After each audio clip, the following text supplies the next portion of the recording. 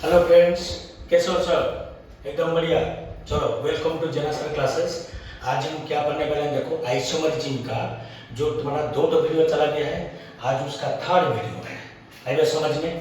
So we have already discussed about the what isomerism, structural isomerism. आइए समझ में।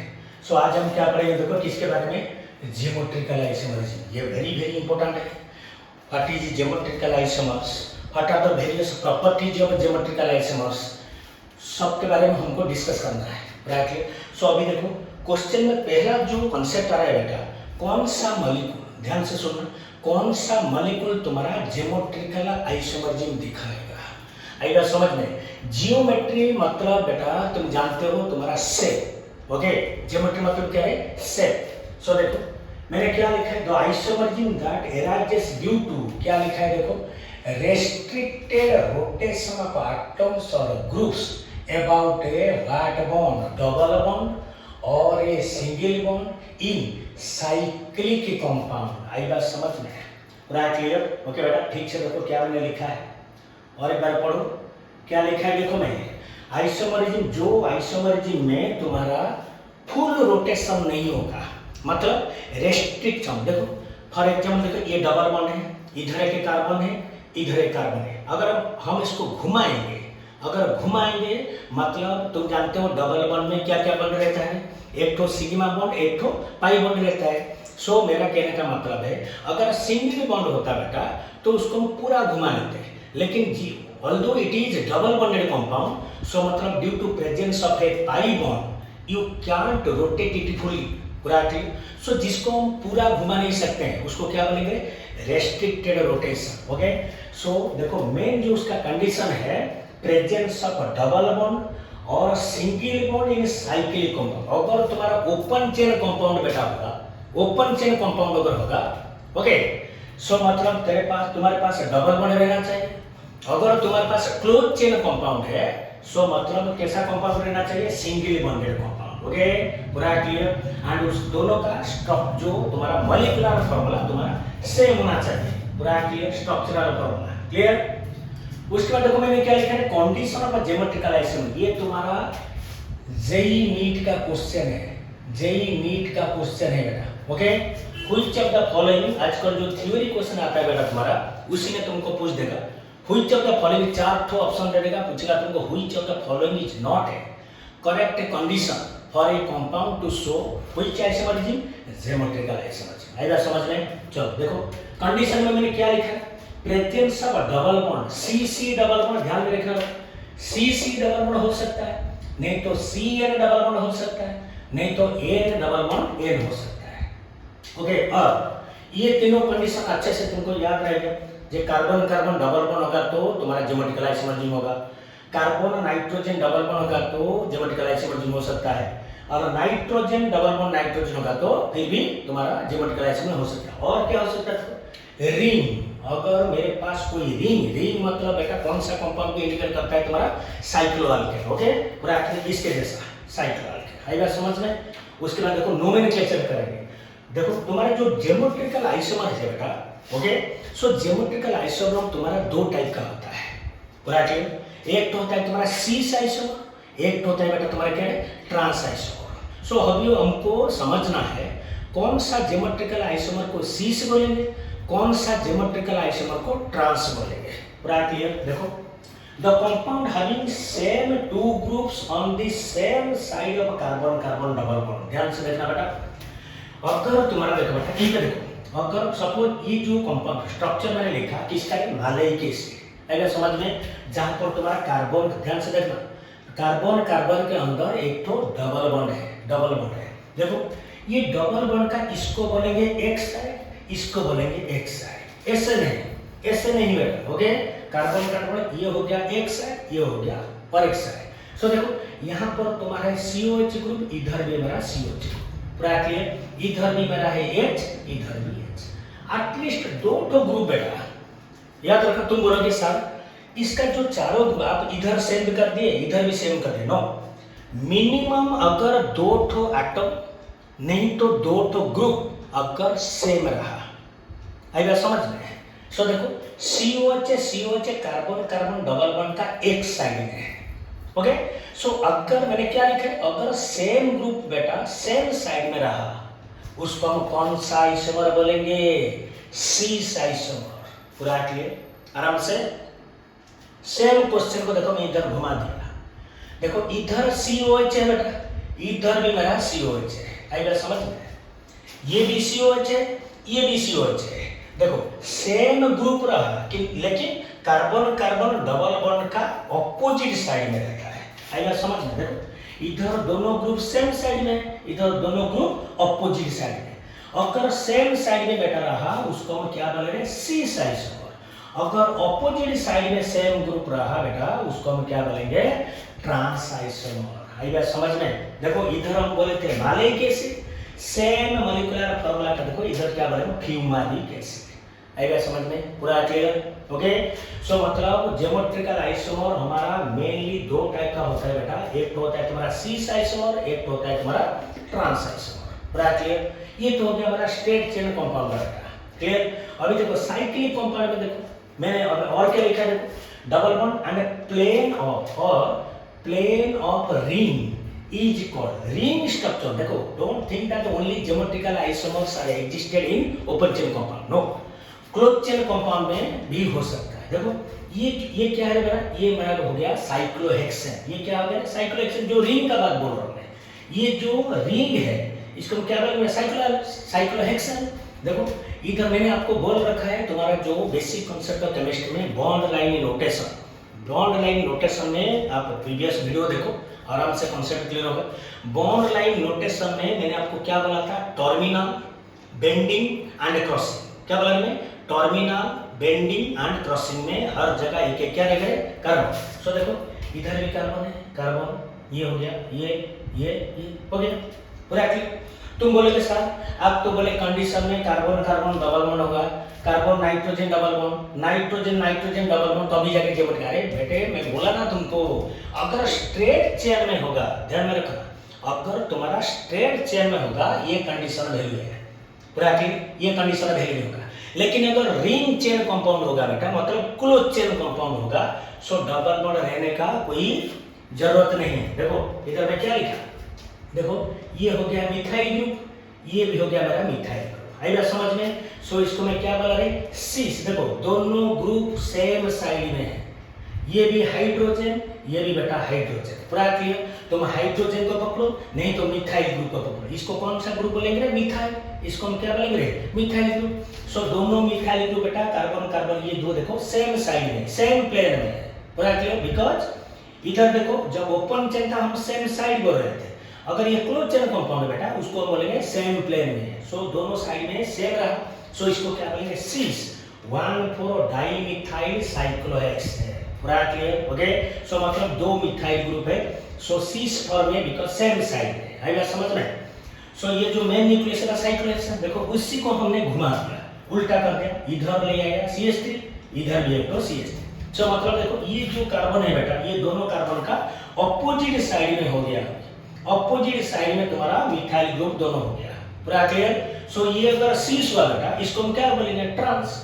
उसी नाम रहेगा, देखो ट्रांस 1,4 डाइमिथाइल साइक्लोहेक्सेन, लेकिन इधर था तुम्हारा क्या, सीस फॉर्म में, इधर आ गया तुम्हारा ट्रांस फॉर्म में। पूरा क्लियर?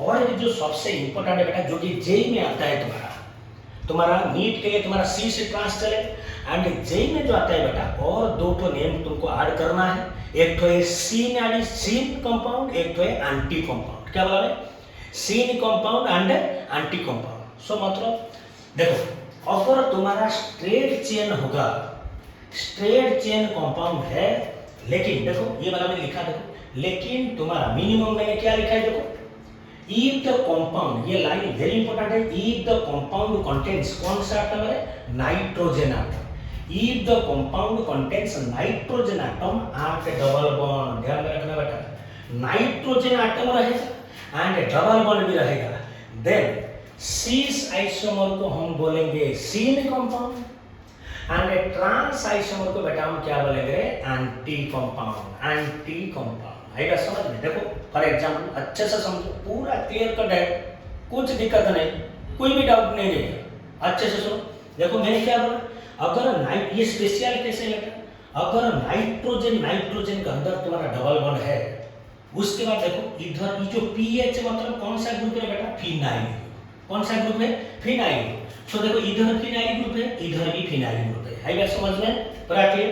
सो नाइट्रोजन नाइट्रोजन के अंदर डबल बॉन्ड रहेगा एंड तुम्हारा सेम ग्रुप नाइट्रोजन नाइट्रोजन का सेम साइड में रहा। सो इसको हम बोलेंगे, देखो इसको मैं सीन बोलते हैं। अगर बेटा ध्यान से देखना, अगर ये कार्बन कार्बन डबल बॉन्ड होता तो हम क्या बोलते हैं बेटा, सीस आइसोमर। लेकिन नाइट्रोजन नाइट्रोजन डबल बॉन्ड है, अगर नाइट्रोजन नाइट्रोजन डबल बॉन्ड होता सो उसी सीस फॉर्म को हम क्या बोलेंगे, सीन फॉर्म। पूरा क्लियर। एंड नाइट्रोजन जहां पर रहेगा उसको बोलते हैं आजो कंपाउंड। क्या बोलेंगे बेटा उसको, आजो। तुम सेकेंड ईयर में पढ़ोगे बेंजीन डाई आजोनियम क्लोराइड C6H5N2Cl।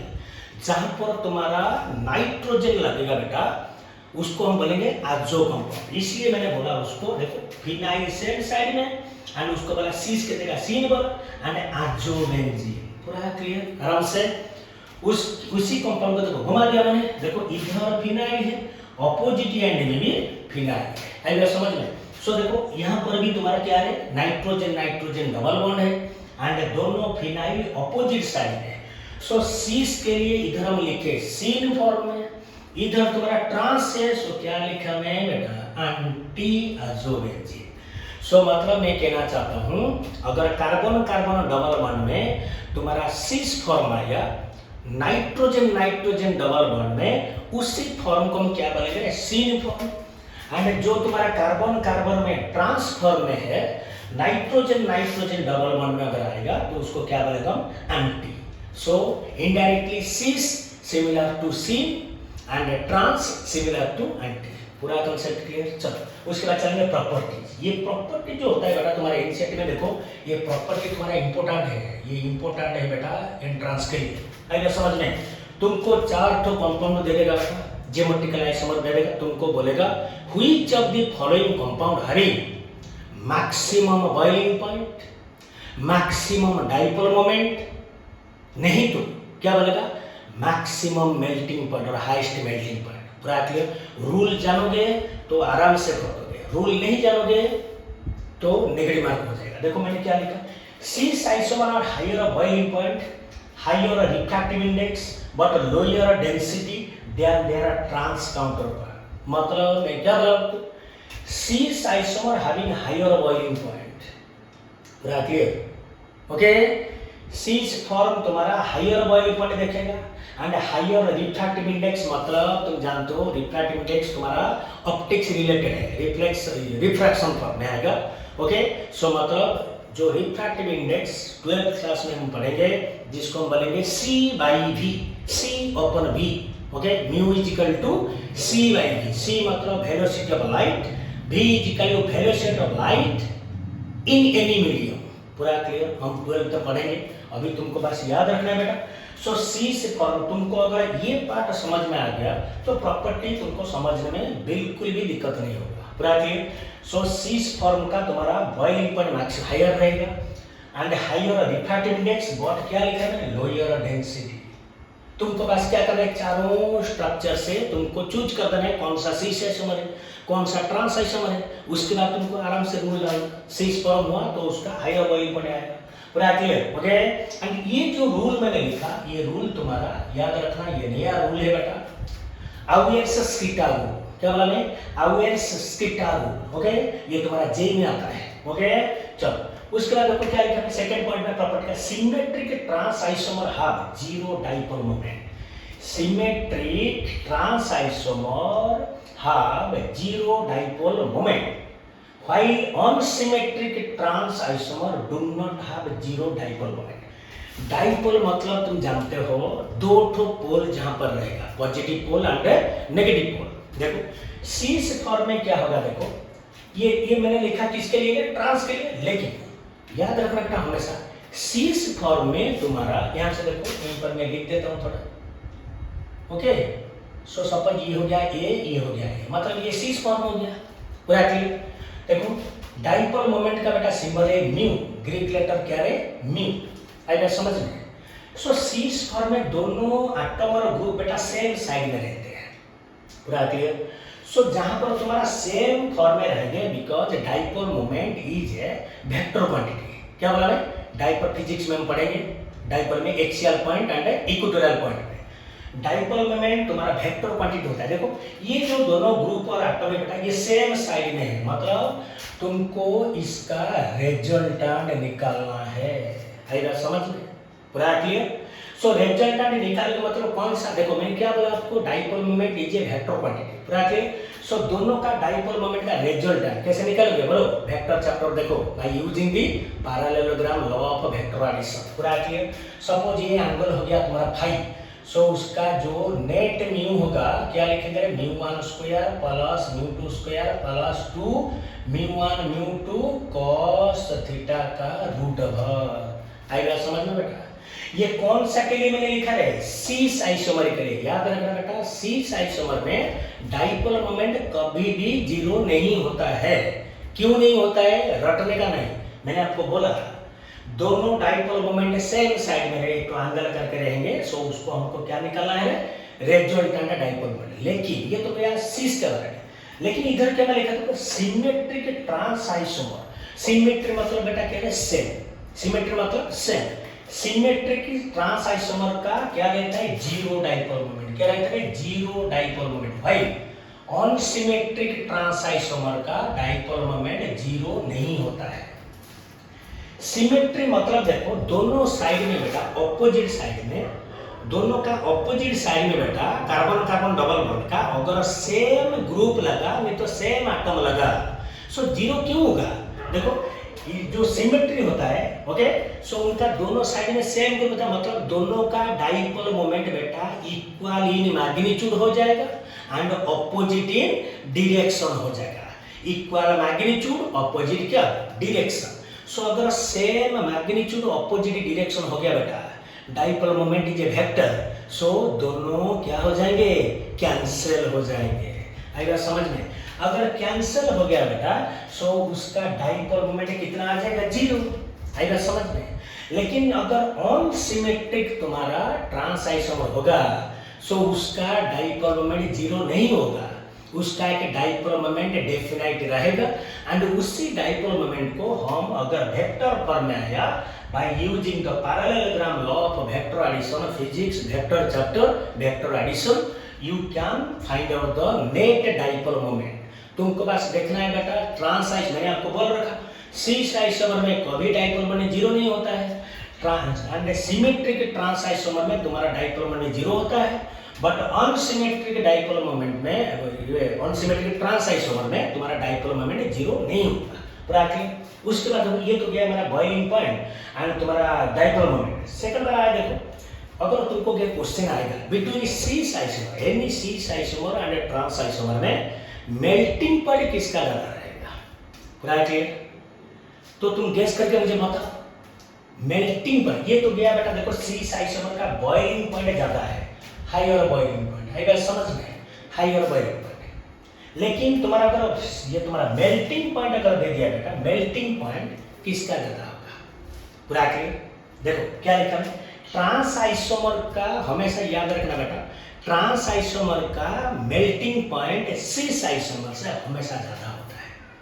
क्यों रहता है? बिकॉज देखो अगर मैंने बोला, देखो एक तो क्रिस्टल लैटिस है, क्रिस्टल, ओके, क्रिस्टल के अंदर देखो कोई भी ट्रांस आइसोमर का, ट्रांस आइसोमर किसको बोले? ऑपोजिट साइड में सेम ग्रुप रहेगा, मतलब लैटिस के अंदर ट्रांस आइसोमर पूरा क्लोज फिटिंग हो जाएगा, पूरा क्लोज फिटिंग हो जाएगा। लेकिन इस सीस फॉर्म में देखो सेम ग्रुप सेम साइड में रहता है, सेम ग्रुप सेम साइड में रहता है, तो मतलब कुछ वॉइड स्पेस रह जाएगा। जब हम सीस आइसोमर का crystal lattice x-ray diffraction study में हम स्टडी करेंगे बेटा, तुम देखोगे कि सीस आइसोमर में सेम ग्रुप सेम साइड में रहता है, इसलिए जब वो पैकिंग होगा कुछ वॉइड रह जाएगा, मतलब फ्री स्पेस रह जाएगा, वैकेंट स्पेस रह जाएगा। तुम जानते हो अगर किसी जगह तुम्हारा वॉइड रह गया, वॉइड अगर रह गया तो वो बॉन्ड वीक हो गया, समझ में?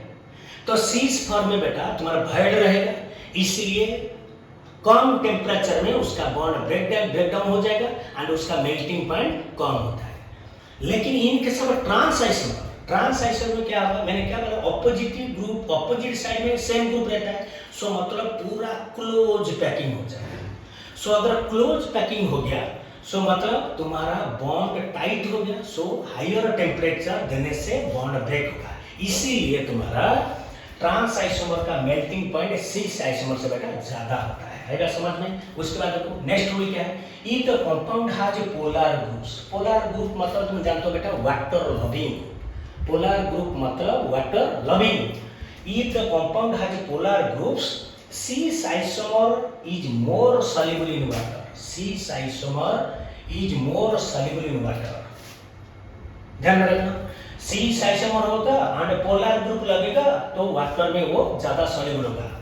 एग्जांपल पर मालिक एसिड हैज सॉल्युबल। देखो फॉर एग्जांपल जो मालिक एसिड है, इधर मैं बोला था ना, ये वाला, ये जो एसिड है मालिक एसिड में तुम्हारा सॉल्युबिलिटी कितना है, देखो 788 gram per litre at room temperature, 25 degree Celsius मतलब room temperature. While fumaric acid has कितना, देखो 7 ग्राम पर लीटर। मतलब मैं कहना चाहता हूँ सिस आइसोमर में तुम्हारा पोलर ग्रुप लगेगा तो ये सॉल्युबल होगा ज्यादा वाटर में, लेकिन वाइल फ्यूमारिक एसिड तुम्हारा क्या है, ऑपोजिट ट्रांसफॉर्म में आ रहा है। फ्यूमारिक एसिड देखो ट्रांसफॉर्म, मालिक एसिड जो सिस फॉर्म, सो मतलब सिस फॉर्म का सॉल्युबिलिटी ज्यादा होता है। लास्ट फॉर्म क्या है, इफ द ग्रुप इज जेमेटिक। देखो ये सबसे इंपॉर्टेंट है जो तुम्हारा आईआईटी में आता है, ये आईआईटी में आता है पूरा क्लियर। नीट में भी पूछ देगा, कुछ ही गारंटी नहीं है। जेई में भी पूछ देगा, कोई भी गारंटी नहीं। आजकल एनटी का जो क्वेश्चन पैटर्न है बेटा, नीट के जेई का कुछ भरोसा नहीं उनके ऊपर, कहीं से भी क्वेश्चन डाल देते हैं। सो तुम थ्योरी पार्ट जितना क्लियर हो गया उतना अच्छा हो जाएगा तुम्हारे। क्या लिखा है देखो, if the groups in geometrical isomers can react with each other, this is the possibility only in cis isomer. ये क्या टर्म मैंने लिखा सारे, ये आप क्या बोल दिए, अभी तक तो शायद सब कुछ समझ में आ गया। जो what is geometrical isomerism, what is nomenclature cis trans, then तुम्हारा सीन एंटी, देन उसका प्रॉपर्टी। लेकिन बेटा ये जो लास्ट पॉइंट है ये वेरी वेरी इंपॉर्टेंट है, ध्यान से सुनना मैं क्या बोल रहा हूँ। वो बोल रहा है if the groups in geometrical isomers can react with each other. देखो यहीं पर देखो, ये है मेरा, अच्छे से सुनना बेटा, ये हो गया मेरा कार्बन कार्बन डबल बॉन्ड। आएगा समझ में। देखो इधर कौन सा ग्रुप लगा है, COH ग्रुप लगा है, इधर कौन सा ग्रुप लगा है, COH ग्रुप लगा है। पूरा क्लियर, ओके। सो ये हो गया मेरा कार्बोक्सिलिक एसिड, ये हो गया मेरा क्या बेटा, ये क्या हो गया मेरा अल्कोहल। OH ग्रुप मतलब क्या, अल्कोहल ग्रुप है। अगर देखो मतलब ये तुम्हारा अलग फॉर्म में है कार्बन का डबल बॉन्ड का, मैं किसी का साइड में लेके इसको रिएक्ट कर दिया P2O5 बेटा, ध्यान में रखना।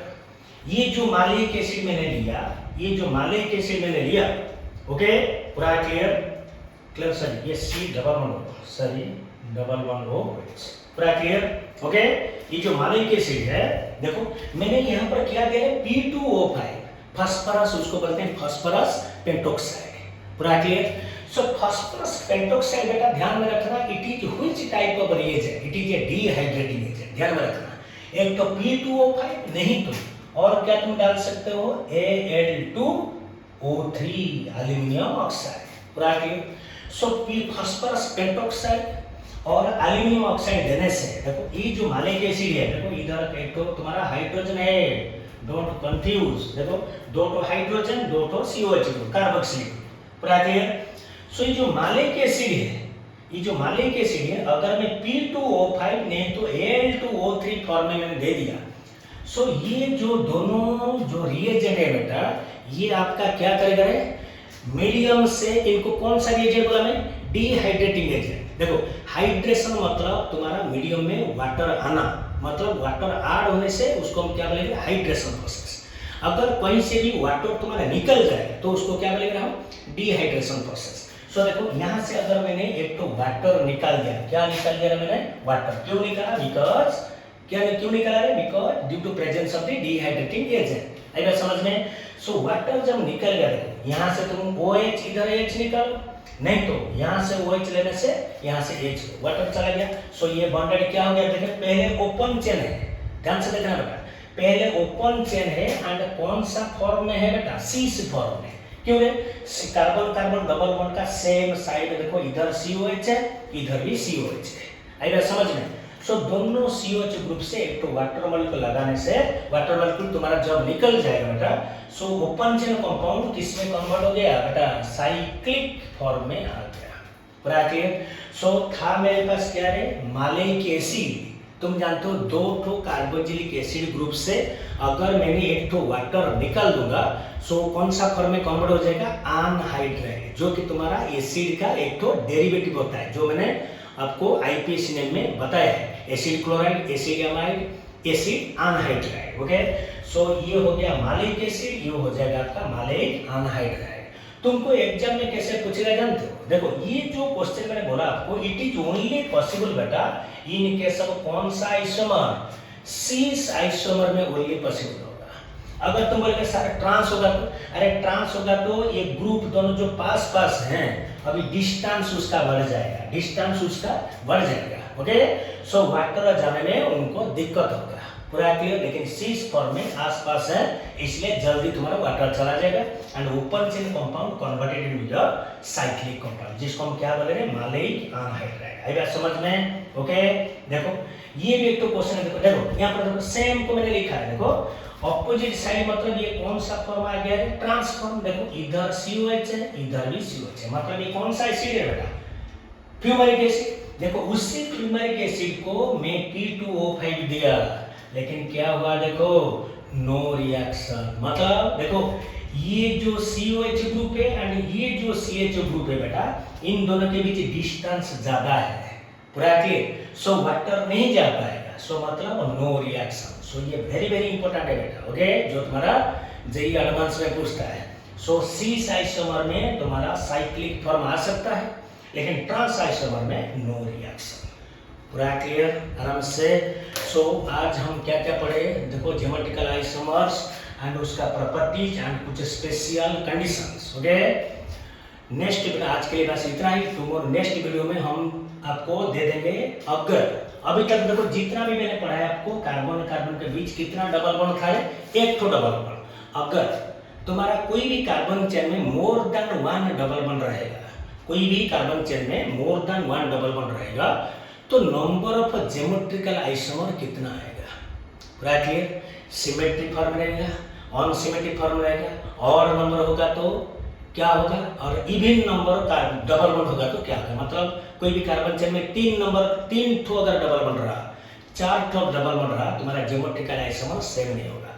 नेक्स्ट वीडियो में हम देंगे एंड उसके बाद हम ऑप्टिकल आइसोमरिज्म को सीख करेंगे। पूरा क्लियर? आई होप आपको अच्छे से समझ में आएगा। अच्छे से नोट बनाओ, उसका प्रॉपर्टी को अच्छे से लिखो, जहाँ पर मैंने इंपॉर्टेंट बोला उसको अंडरलाइन करके रखो।